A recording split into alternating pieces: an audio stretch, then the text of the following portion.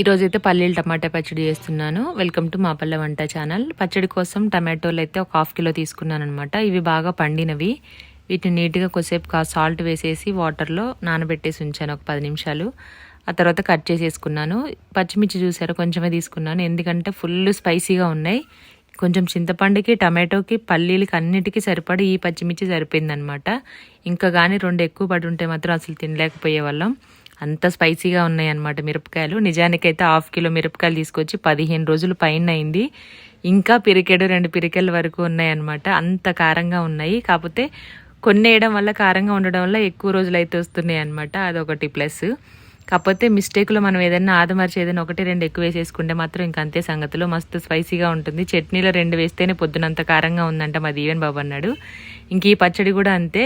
మనకి వేసుకున్న పిరికెడు పల్లీలకి, నెక్స్ట్ కొంచెం చింతపండుకి, టమాటోకి కరెక్ట్గా సరిపోయింది. చెప్పాలంటే ఇంకొంచెం స్పైసీగా కూడా ఉంది. కొంచెం నెయ్యి కూడా వేసుకొని తిన్నాను నేను. ఈ పచ్చడి ఎంతమందికి ఇష్టమో తప్పకుండా కామెంట్ చేయండి. ప్రతి ఒక్కరు చేసే ఉంటారు. పునుగుల్లోకి కానీ, దోశలోకి కానీ, అన్నంలో కానీ, దేంట్లోకైనా చాలా చాలా బాగుంటుంది.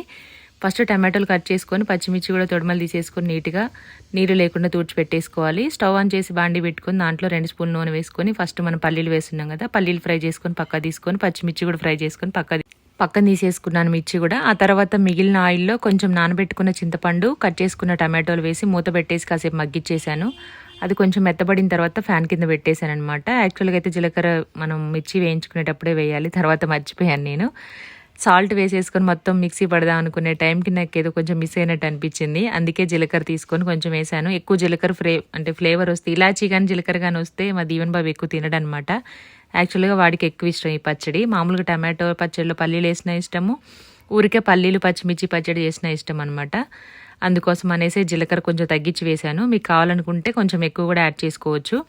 టమాటోలు బాగా మెత్తగా అయిన తర్వాత, యాక్చువల్లీ నేను వేసినప్పుడు మిక్సీ జార్ అక్కడ చూపించాను మీకు. ఆ తర్వాత కొంచెం ఫ్యాన్ కింద పెట్టేసి పట్టాను. గోరువెచ్చగా ఉన్నప్పుడు మిక్సీ చేసుకున్నాం అనమాట. అది మరీ మెత్తగా చేయొద్దు, పేస్ట్ లాగా కొంచెం కచ్చా పచ్చగా చేసుకోవాలి. తర్వాత గిన్నెలో తీసుకొని ఉప్పు సరిపోయిందో లేదో టేస్ట్ చెక్ చేసుకొని, ఇష్టం ఉన్న వాళ్ళు పోపు వేసుకోండి, లేదంటే లేదు. నాకైతే అంత ఇష్టం ఉండదు.